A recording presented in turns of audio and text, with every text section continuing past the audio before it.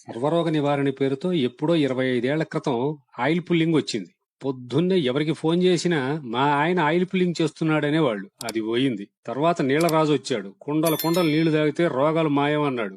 అది పోయింది. పశువుల మాదిరి పచ్చి కూరగాయలు తింటే బలమని ప్రచారం చేశాడు. అది పోయింది. ఈ మధ్య ఒక ఆయన చికెన్ తింటే కొవ్వు తగ్గుతుందని ప్రచారం చేసుకుంటున్నాడు. ఇప్పుడు ఇంకొక ఆయన వచ్చి రాగులు, సజ్జలు, జొన్నలు, కూరగాయలు అన్ని కలిపి రసం చేసుకుని తాగండి అంటున్నాడు. ఇక కేంద్ర ప్రభుత్వం వాళ్ళేమో యోగా చేయండి, రోగాలు మటుమాయమవుతాయి అంటున్నారు. ఆ మధ్య అంటే చాన్నాళ్ల కిందట గోదావరి జిల్లాల నుంచి ఓ రాజుగారు వచ్చి, ఉప్ప మీరు ఉప్పు తింటున్నారా? అడవిలో జంతువులు ఉప్పు తినట్లేదు, ఆకాశంలో పక్షులు ఉప్పు తినట్లేదు, మరి మనుషులైన మీరెందుకు ఉప్పు తింటున్నారు? చీ చీ అన్నాడు. జనమంతా ఉప్పును విసిరిగొట్టారు. అంతటితో ఊరుకున్నారా?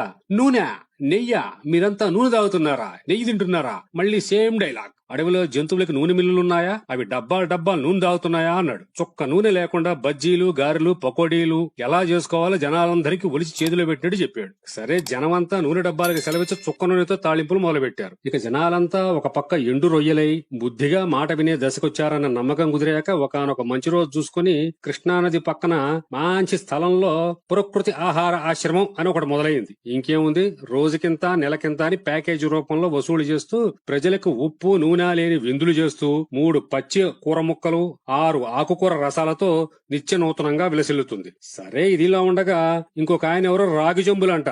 రాగి చెంబుల్లో నీళ్లు నింపి చంద్రుడు ఎదురుగా పెట్టి తెల్లారి ఆ నీళ్లు తాగితే అసలు సావేరాదని ఘంటాపదంగా చెప్పాడు. ఇంకేముంది, కోట్లల్లో పడి రాగి చెంబుల వేట.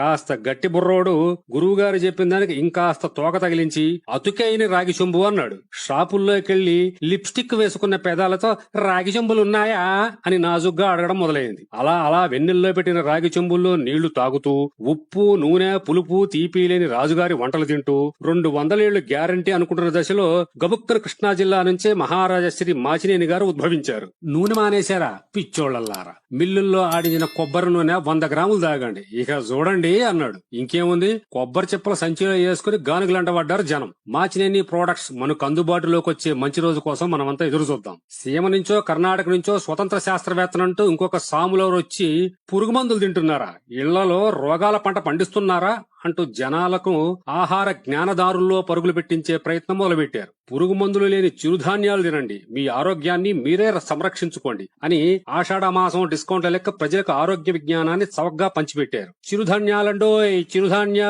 చిరుధాన్యాలో అంటూ పాలు తాగితే హార్మోన్స్ ఇన్బ్యాలెన్స్ అయి చస్తారు, సిరిధాన్యాలు తినండి, చావకుండా కలకాలం బ్రతకండి అంటున్నాడు. ఇంకేముంది, తెల్లటి ములకొలుకుల అన్నం, కర్నూలు సోనా బియ్యపు అన్నం తినే బేబక్కాయిలంతా సామలున్నాయా, అరికలున్నాయా, సొజ్జలున్నాయా అంటూ షాపులోళ్ళని పరుగులు తీయిస్తున్నారు. వీళ్లంతా ఇలా ఉన్నారు, నేనేం తక్కువ అంటూ మట్టి కుండల్లో వండుకొని తినడం మంచి ఆరోగ్యం అని మూలనున్న మరో మట్టి శాస్త్రవేత్త గారు పురావస్తు గృహంలో నిద్రలేచి మట్టి కుండ యాష్ట్యాక్ కట్టారు. విచిత్రం ఏంటంటే వీళ్ళెవ్వరూ డాక్టర్లు కాదు, ఆరోగ్య శాస్త్రం చదువుకున్న వైద్యుల్ని మాత్రం ధాటిగా విమర్శిస్తుంటారు. ఆ ఉపన్యాసాలు చెప్పేవాళ్లు గాని, ఆ వినే జనాలు గాని మిద్దె మీద మొక్కలు పెట్టుకుందాం అనుకుంటారే గాని పురుగు మందుల్ని బ్యాన్ చేయమని ప్రభుత్వాలను అడగరు. ఆరోగ్యానికి హాని కదా, లిక్కర్ బ్యాన్ చేయండి అని అస్సలు అడగరు. ధూమపానం చెరుపు చేస్తుంది కదా, సిగరెట్లు బ్యాన్ చేయండి అని కూడా అడగరు. చెయ్యాల్సింది చేయకుండా ఎంతకాలమని వాళ్ళు చెప్పారని వీళ్లు చెప్పారని ఆరోగ్యం కోసం చెంబులేసుకుని సంచులేసుకుని పరిగెడతారు. చివరకు కరోనా వచ్చి దిమ్మ తిరిగి